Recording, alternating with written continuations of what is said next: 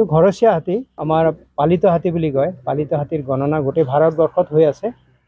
তাৰে ফলস্বৰূপে আমি অসমতো কৰি আছোঁ আৰু এতিয়ালৈকে অসমত প্ৰায় আমি 350ৰ ওপৰত আজিৰখিনি লৈ 370টা মান হ'ল চাগে, আৰু আমাৰ প্ৰায় 500 মান হাতী থকাৰ এটা অনুমান কৰা হৈছে।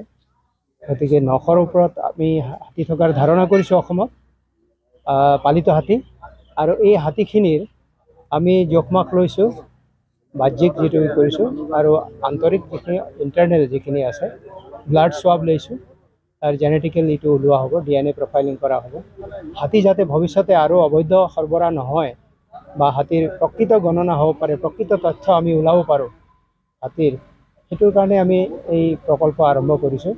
আৰু প্ৰকল্পৰ শেষত আমি ভাৰত চৰকাৰক ইয়াৰ তথ্য আমি দাখিল কৰিম আৰু তাৰ এটা সঠিক তেওঁলোকে সংখ্যা গোটেই ভাৰতবৰ্ষত বন্দিত হাতী, পালিত হাতী যিখিনি মানুহৰ লগত আছে, বিভাগীয় হওক বা ব্যক্তিগত হওক, সেইখিনি হাতীৰ আমি তথ্য উলিয়াম।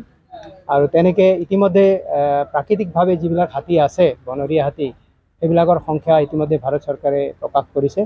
আৰু এই দুয়োটা সংখ্যাৰ লগ লগাই হাতী, ঘৰচীয়া হাতী, এছিয়ান এলিফেণ্ট বুলি যিটো কোৱা হয়, কিমান ভাৰতবৰ্ষত আছে তাৰ এটা গণনাৰ প্ৰকৃত তথ্য আমাৰ হাতত থাকিব। আৰু সংৰক্ষণত আকৌ লগতে অবৈধ সৰবৰাহ এইবিলাক বন্ধ কৰা হ'ব।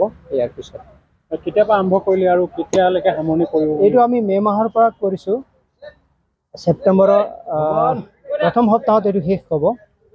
আমি গোটেই অসম ফুৰিব লাগিব। এতিয়া উত্তৰ অসমত হৈ গ'ল আৰু আপাৰ অসমত এইখিনি কৰি থকা হৈছে। ছেপ্টেম্বৰত শেষ হ'ব ইয়াৰ গণনা। এই অভিযানত মানে হাতী মালিক হওক বা তেওঁৰ লগত জড়িত মাউত যিবিলাক আছে, তেওঁলোকৰ কিবা উপকৃত হোৱা কিবা আঁচনি আছে? নিশ্চয় উপকৃত হোৱাৰ কাৰণে ভাৰত চৰকাৰে এই গণনাটো কৰিছে। ইয়াতে আমি মোৰ লগত বিশেষকৈ ভেটেনেৰী টিমো আছে। তেওঁলোকে হাতীৰ অসুখ হৈছে, কিবা বেমাৰ আজাৰ হৈছে, সেইবিলাকৰো আমি ঔষধ পাতি কৰিছোঁ, দিছোঁ কিছুমানক। আৰু যিখিনি ইয়াত পৰা নাই, সাধাৰণভাৱে পৰা নাই, সেইখিনিৰ কাৰণে আমি উন্নত চিকিৎসাৰ কাৰণেও আমি ভাৰত চৰকাৰক দাখিল কৰিম তথ্য। তেওঁলোকে সেইমতে সেই ব্যৱস্থা ল'ব হাতীৰ উপকাৰৰ কাৰণে। আৰু মাহুতসকলৰ বা হাতীৰ মালিকসকলৰ তেওঁলোকৰো উপকাৰ সাধনৰ কাৰণে চৰকাৰে ইতিমধ্যে কিছু আঁচনি লৈছে, ইতিমধ্যে লৈছে। আৰু তাৰে আকৌ এটা মূল আঁচনি তেওঁলোকে এটা ল'বৰ কাৰণে আমাক নিৰ্দেশনা দিছে, তাৰো আমি তথ্য সংগ্ৰহ কৰি আছোঁ। হাতী, মাহুত, পাণ্ডি, হাঁহি, যোগালী সন্থা এটা আছে, তেওঁলোকে সেই হাতীৰ মালিকখিনিৰ তথ্য আমাক যোগান ধৰিব। তাৰপিছত আমি সেইখিনি ভাৰত চৰকাৰক প্ৰেৰণ কৰিম। এই গণনাৰ প্ৰক্ৰিয়াত মানে কোন কোন ডিপাৰ্টমেণ্ট বা কোন কোন লোক জড়িত হৈছে? এই গণনা প্ৰক্ৰিয়াত ভাৰত চৰকাৰৰ প্ৰকল্প, বন মন্ত্ৰণালয়, তাৰে অসমৰ বন বিভাগেও সহযোগ কৰিছোঁ। তাতে আমাৰ ভেটেনেৰী টিম আছে, এক্সপাৰ্ট ডক্টৰ, ছিনিয়ৰ ডক্টৰ আছে আমাৰ ডক্টৰ শিৱাজী বৰুৱা ছাৰ আৰু ডক্টৰ অমৰজ্যোতি বড়ো, তেখেতসকলে সহযোগ কৰি আছে। আৰু কিছুমান ডক্টৰো আছে, তেওঁলোক আজি নাই মোৰ লগত। তেনেকৈ আমি হাতীৰ চিকিৎসাও ইয়াত দিয়া হৈছে, কৰা হৈছে। মইতো এতিয়া আমাৰ দেউতা, মোৰ ককাৰ দিনৰ পৰাই হাতী আছে।